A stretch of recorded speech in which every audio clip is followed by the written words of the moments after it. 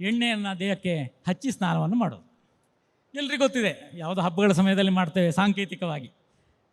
ಆ ದಿವಸ ಏನೋ ಒಂದು ಹಬ್ಬದ ದಿವಸ ಎಣ್ಣೆ ಹಚ್ಚೋದು, ಸ್ನಾನ ಮಾಡೋದು, ಅಲ್ಲಿಗೆ ಮರೆತು ಬಿಡೋದು. ಆದರೆ ಆಯುರ್ವೇದ ಅದನ್ನೆಲ್ಲ ಹೇಳಿದ್ದು.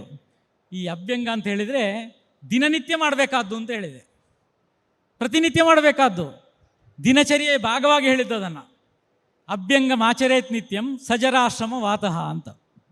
ಅಭ್ಯಂಗವನ್ನು ಪ್ರತಿನಿತ್ಯ ಮಾಡಿ ಅದರಿಂದ ಜರ ಅಂದರೆ ಏಜಿಂಗ್, ವಯಸ್ಸಾಗುವುದನ್ನು ತಡೀತದೆ. ಅದು ಮುಪ್ಪು ಬರುವುದೇ ಇಲ್ಲ ಅಂತಲ್ಲ, ಬರ್ತದೆ, ನಿಧಾನವಾಗಿ ಬರ್ತದೆ.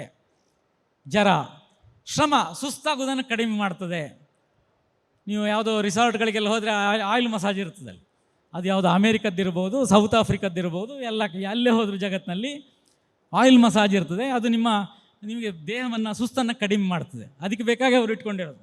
ಸುಮಗೆ ಏನು ಬೆನಿಫಿಟ್ ಇಲ್ಲ ಅಂತಾದರೆ ಯಾವ ರಿಸಾರ್ಟ್ನವರು ಆಯಿಲ್ ಮಸಾಜ್ ಫೆಸಿಲಿಟಿ ಇಟ್ಕೊಂಡಿರ್ತಾರೆ? ಯಾಕದಿದೆ ಅಂತ ಹೇಳಿದರೆ ಅದರಿಂದ ದೇಹದ ಸುಸ್ತು ಕಡಿಮೆ ಆಗ್ತದೆ, ದಣಿವು ಕಡಿಮೆ ಆಗ್ತದೆ. ಶ್ರಮ, ವಾತಃ, ಬಾಡಿಲಿರೋ ಜಾಯಿಂಟ್ ಪೇನ್ಗಳು ಅಥವಾ ದೇಹದಲ್ಲಿ ನೋವುಗಳು, ಇದನ್ನೆಲ್ಲ ಕಡಿಮೆ ಮಾಡ್ತದೆ. ಹೀಗೆ ಅನೇಕ ಬೆನಿಫಿಟ್ಗಳನ್ನು ಅಭ್ಯಂಗ ಮಾಡಿದರೆ ಹೇಳಿದ್ದಾರೆ.